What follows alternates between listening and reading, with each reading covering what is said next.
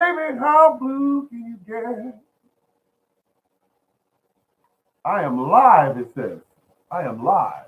Uh, uh, uh, uh. It says I'm live. Ah, ah. It says I am live. Dealing with you from WWEBB, Maryland Radio. I am, folks, I was in the yard. I had a good time. Good time. I got in the yard and I got out there in the yard. It was cold. It was brutal. It was brutal out there. And I got out there, and my neighbors were out there working in their yard next door, and they did something that I never thought they'd do. It was really nice of them to do that. They were cleaning up, and there was snakes, lots of snakes underneath the materials, and they were showing them salamanders to me. They were showing me snakes, and I was it felt good to be neighborly. Neighborly. It felt good. Oh, thumbs up. Thank you. Thank you very much. I appreciate that. When somebody gives you a thumbs up, it's their way of saying you're not so bad. You're okay. Now, they showed me the snakes and the salamanders, and they said, "You want some snakes?" And I said, the first thing I say when people ask me, "Do I want snakes?" is yes. I'll take them. And the snakes will be in a good home because I use them to keep the crickets and grasshoppers down. They eat those. And then they get larger. They eat mice and things like that. So yeah, bring the snakes on over. And I don't have much of a problem with snakes because I mean sometimes I might reach for something and it's hanging out of the tree and it'll scare the absolute daylights out of me. But for the most part, it doesn't hurt me at all. Now, showed me the snakes. I was good with that. Then we started gardening. And I went over, I checked my grapevines. I was a little sad at first when I checked my grapevines because I saw in the stalk of my grapevine, I saw a hole in the stalk of my grapevine. I said, "Uh oh, something drilled in here and it damaged this grapevine. It's probably dead." So I cut a couple pieces off of the grapevine, and sure enough, absolutely, it was dead. But then I went further and examined the tree. I was sitting here. I got some videos on my but when I got a chance to look at what I wanted to see, which was, is this grapevine dead? Is this grapevine dead? And I just cut into it below the node, and it was beautifully green.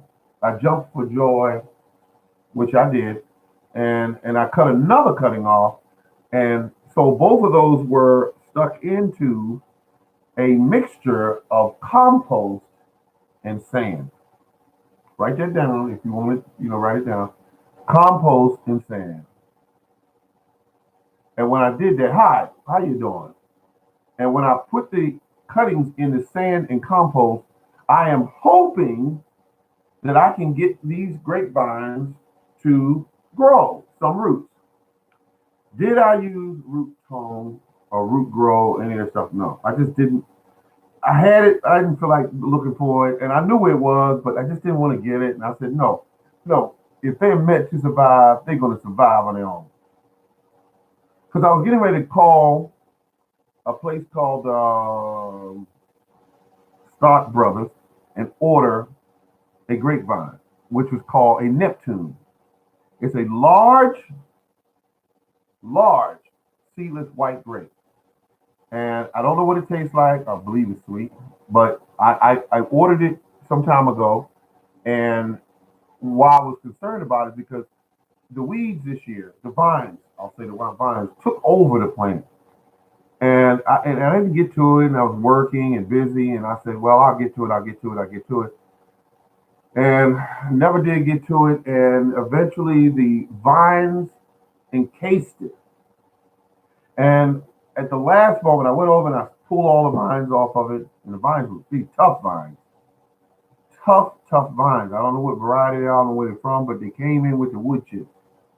So the plants definitely, the vine was still alive. The grapevine was still alive, because they were green still in that vine. And I said, thank you, thank you. And I stuck the two cuttings in the inside the sand and the compost mix, and I was happy. I was very happy. And then I went over and looked at the Thompson grapes, which I bought those like I don't know. I want to say 10 years ago, 8 years ago, something like that. And I've had them ever since. I've taken cuttings off of them. I've done everything to them. I've always had the Thompson. So right now, I only have, how many Thompsons do I have? I have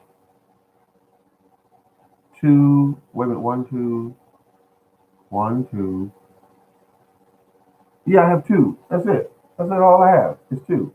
So what I'm going to do is I'm getting on my grind. I am going to, and I already got one Thompson down there growing in the sand. I call it the sandbox because it's just sand and compost. And I rooted that last year. So this year, it will become a full-fledged member of my arsenal of food. So what I'm going to do, instead of buying those, you ever see those green poles that you see at the like Lowe's and the Home Depot, and they for your plant to grow up on. And they like some of them like 8 feet tall, 9 feet tall, something like that. Piece of garbage because the plants I have always wind up breaking those things. So what I did, I looked at a couple videos and I saw some of the pros. They were using rebar. They were using rebar. That's not going anywhere. So I said, why didn't I get the rebar? Why didn't I get the rebar? So I'm going to get the thicker rebar this year. And I'm going to put in one, two, three, four, five. I'm going to put 6 plants across, and they're going to have rebar. See, I grow my grapevines on a single stake system, and I like that because it gives me the opportunity to put in 3 feet apart multiple different types of grapes. Because the other trellis that they had where you string the wire out and all that, I don't want to do that because it takes up too much space. I want it where they grow up on the single trellis system. They give me 6 to 8 or more bunches of grapes. Look at this one here and get 6 to 8 bunches of grapes. And all in all, I have a variety of grapes. That's what I want. Can I get an amen? Yes, sir. Yes, you can. So that's what I'm going to do. What growing zone? Okay, growing zone that I'm in is 7B. 7B. Thompson grapes do great here. My kiwi plant is on and doing its thing. Um, I took a bunch of cuttings off of the kiwi plant, maybe about 20, 25 cuttings. Put them in water because I just, at the time, I just put them in water. Um, and I might take some more cuttings off of them and put those in like a soil, kind of fluffy soil, so that see what works best. Because I have one, what I got back there? I got one kiwi plant, and I want to get 2 more, make it 3. So imagine this: one on the left, one on the right, one in the middle at the back fence, and that will be kiwi plant. And that's what I want to do. The grapevines, I want to do like 6 of them. And the reason why I want 6 is because I have the space, and I also want to make certain that I have enough grapes to, be there in case I need them. Um, there's no need in putting a couple items in there, and you're really trying to build your stock up. Now, I did something this year. Also, I put in about 10, what they call those blackberry plants. I put in 10 new ones. They were all, how the plant grows and it sticks its tip on the ground and it creates a root. Well, that's what I did. I just simply clipped that off at about 12, 15 inches and stuck it in the ground. And when I did that with a number of them, I said, okay, now this is making sense.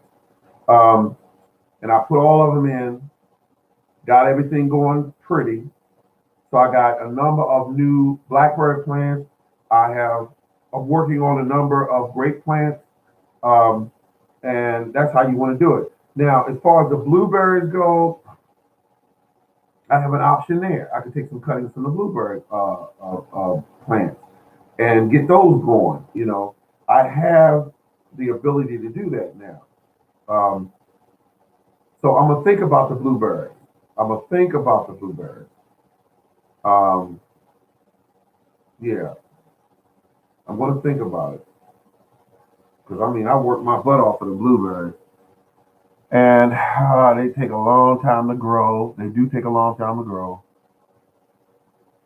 And if you take some cuttings off, in another 2 years, they'll be 12 inches and 15 inches, and then you start to get what they call a pretty decent sized plant. That is what you want.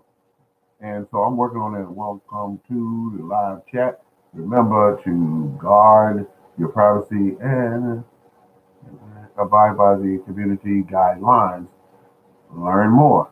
Okay, that's why it's up there. It's been up there. And I'm wondering what it was. I never did pay attention to it.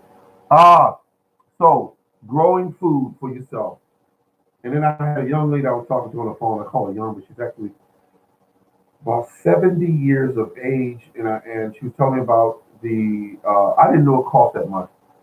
She got she got two or three apple trees on her property. One is a multi type of apple tree. I think it's a waste of time, but some people have gotten success out of them. But you got to know what you're doing when you put them in the ground. Um, Now, the thing about it is when you deal with a apple tree, you got to make sure you just keep it pruned because it'll get all kind of disease because when it stays moist in that canopy, it will cause problems. So she was telling me all about the problem. She said she invited this company over and they looked at the tree and they said, okay, to prune this tree, we're looking at about $900. And and before I thought about it, I said, listen, I said, could you send me or make certain that I get some pictures of that tree? Send me the pictures of the tree. I want to see what the tree looks like to see whether or not if I want to mess with it. Because I got 25 trees of my own and I don't need any extra trees to do. But to help someone out, I'll do that. So we're looking at the tree and I want to see. I said, how tall is the tree, man? She said about 20 feet tall. I mean, 17 feet tall. She didn't think that a dwarf would get that big. Let me tell you something about a dwarf. And all of you, some of you know this. Dwarf is a name they use to sell a tree. It's used to sell a tree because a dwarf will get big.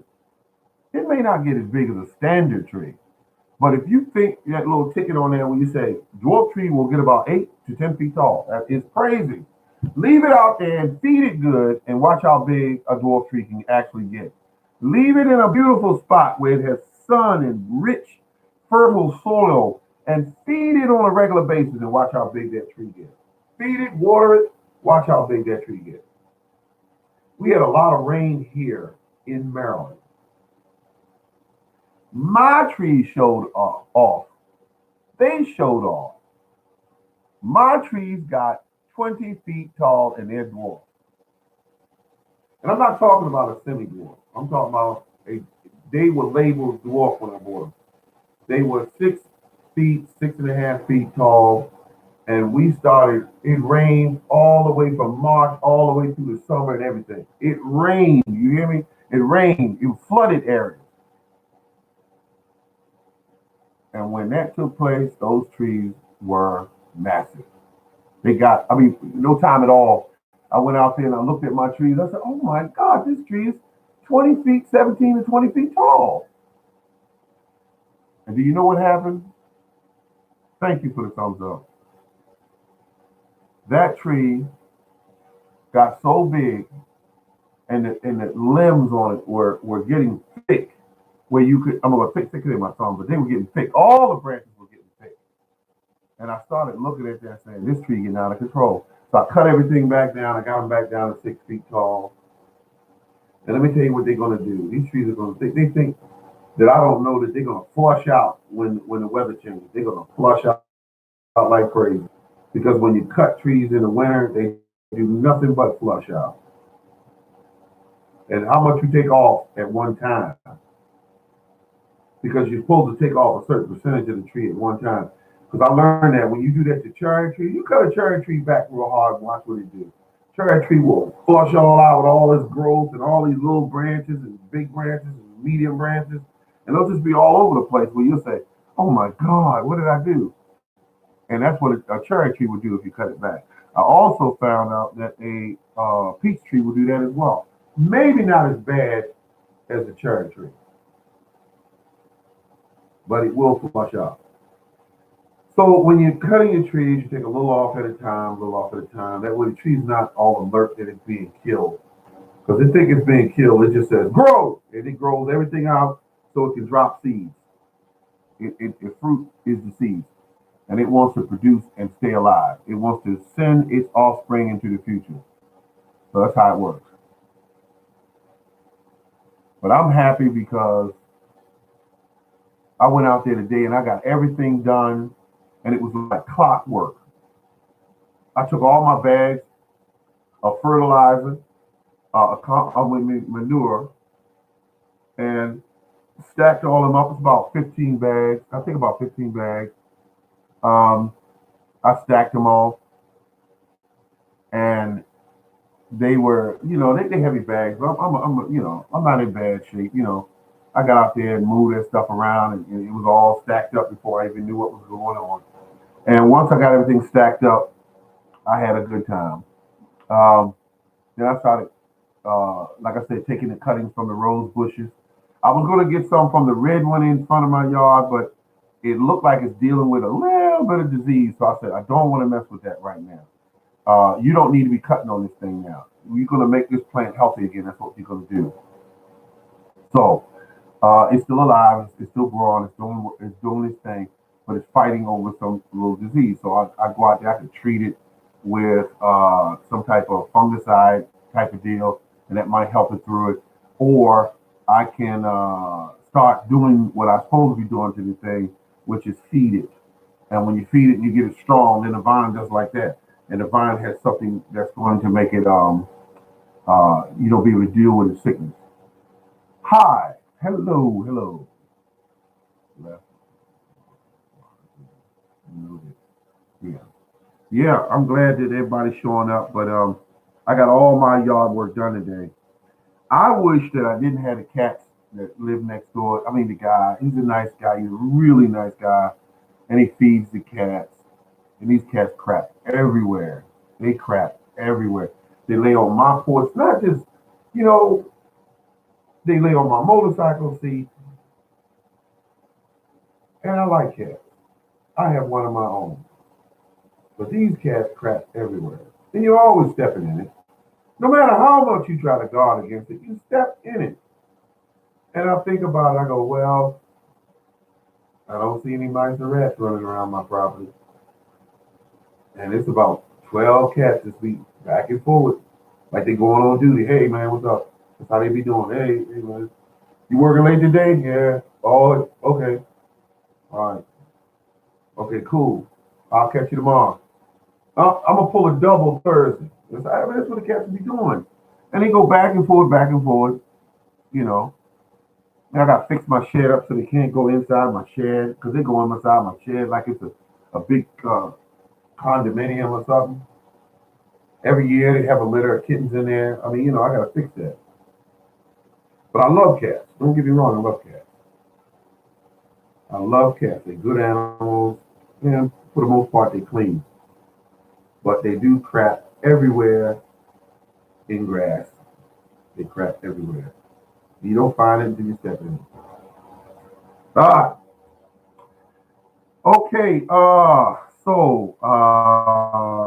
What we got going on here? As I was saying earlier, I'm doing good. Oh,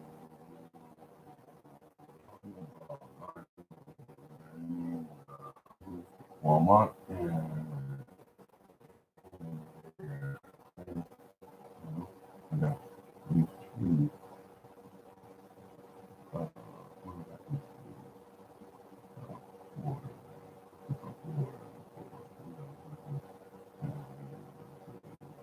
I like that. I like that. Okay, let me tell you what's going on. No, I ain't gonna tell you. I got the Joe spikes too. That's what ones I got. Yep. First, the funny thing about the Joe spike is this. First, I left them there, and I left them there. I left them there. The first day I went in there, I bought, I don't know, about $300 worth of fertilizer, and all organic. And then I said, wait a minute, you left them Joe spikes there. They were on clearance. So I went back there and I took all of them. And that was at I want you to try Home Depot. For some reason, Home Depot gave the best uh, sale on fertilizer in my location this year. And I cleaned up. Let's just put it that way. Another thing, I saw a guy come into a few days ago. He came into Lowe's. Didn't say nothing to nobody. I gotta admire his talent when he did it. He went over and grabbed the cart. He went over to the section where there was all these boxes of bulbs. You know the pretty flowers that come up in the spring. Bulbs. Okay. Red, yellow, white, purple, whatever. All the bulbs. They were $15 a bag. They sold it to him for $1 per bag. $1 per bag. Yes, you heard me correctly. He dumped the boxes into his cart. He filled the cart up to it was pouring over, falling on the floor. He emptied every box. $1 per bag. Normally sold for $15. When I went over there to the line, I wanted to shoot a video on him and talk to him and ask him about, how did you find out about the sale? Did it just happen? You just run into it, or did you know they were? He knew they were. He knew they were there. And what I felt about it was that I liked that when he took care of his business. But I don't know what he's gonna do with all those hundreds of bulbs. I don't know what he's gonna do with all of them. I don't know what he's gonna do with all of them. But the store marked them down to $1 per bag. And I think if I would have found them there, I'm not much into flowers. It's not into flowers like that. This time around, I said,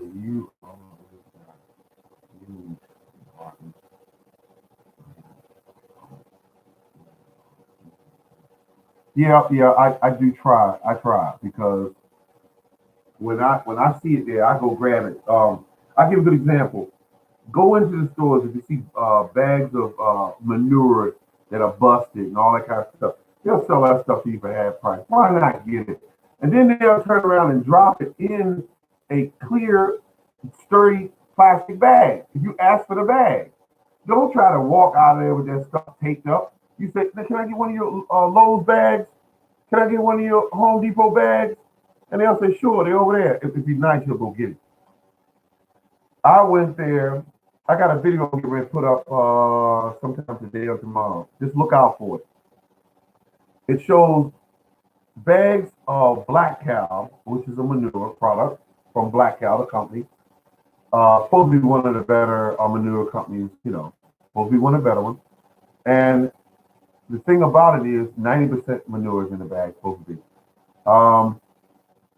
So what happens is they put it in a bag and you tie it up. You go to the counter and you say, these are marked down 50%. So you get the bag for like $2 and change. Okay, already busted.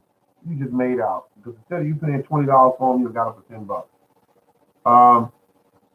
And you got enough probably for the whole season, or depending on the size of your garden. But here's what's going down. I went over there. They had bags that were faded in color. And I asked the lady, it doesn't hurt to ask. I said, listen, I use these products as props in my videos, but these are faded bags. I need some bags that are, that are bright yellow and all, not faded. He said, well, I can't mark these down unless the bag is torn. And I said, okay. So I left that alone, but it didn't hurt to ask. And I wound up using the bags in my videos anyway because I needed to use them in a video, and that's what I do. I like the product, and so that's the reason why I use it. And I went into my yard, and all of that biomass was all over the place. All that biomass. It was beautiful, folks. It was the winter takes all the weeds and drops them down to the ground, and all you want to do at that point is step on them, knock them down, and get them all laid down, and that's when you know that the rest will nature will do the rest. We haven't gotten any snow in this area yet, but I know it's coming. I got my salt ready. I got my wood pellets ready. I got everything ready. Um, shovel I need to put in the car. Full job, always put a shovel in the car. Um, but when it comes to my garden, everything's all set. Everything is set. Everything's set. The fertilizer, the manure, the cuttings are done. People say, "Well, why are your cuttings outside?" Well, you got oh, okay, thank you. It's doing it again. I'm doing everything. I better call the company and find out what's going on because it wasn't doing this at first, and now it's doing it. All right, good folks. Thank you very much for tuning in. Is it still buffering? Is it still doing the distortion thing? Okay, I probably lost you all. Okay, thank you. Thank you, folks.